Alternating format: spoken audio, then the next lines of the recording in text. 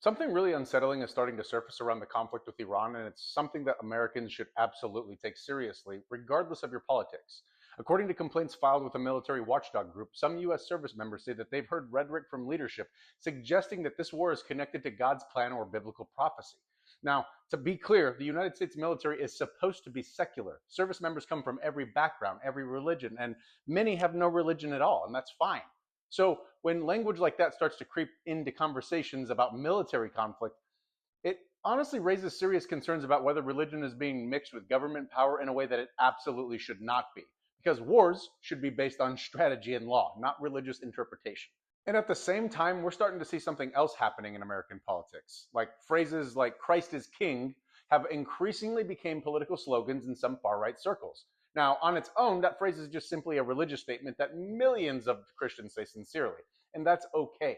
But researchers and journalists have pointed out that in some political movements, it's also being used as a part of a broader message that America should be governed according to a specific religious identity. That idea has a name, by the way, and that's Christian nationalism. And the basic premise of Christian nationalism is that the United States should prioritize Christianity in its culture, its laws, and its leadership.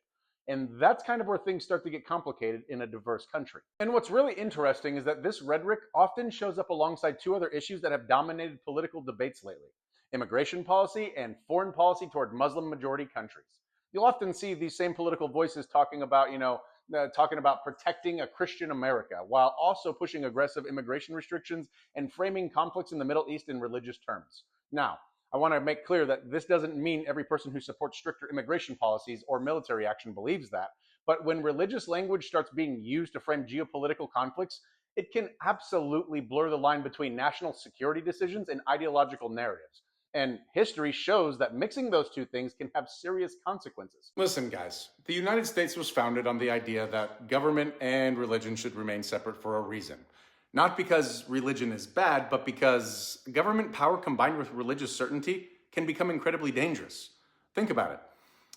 A country with hundreds of millions of people, thousands of beliefs, and countless identities simply cannot function if one group gets to decide that their religious worldview should guide national policy for everyone else. Foreign policy decisions, military action, and immigration laws should be based on evidence, law, and democratic debate, not prophecy.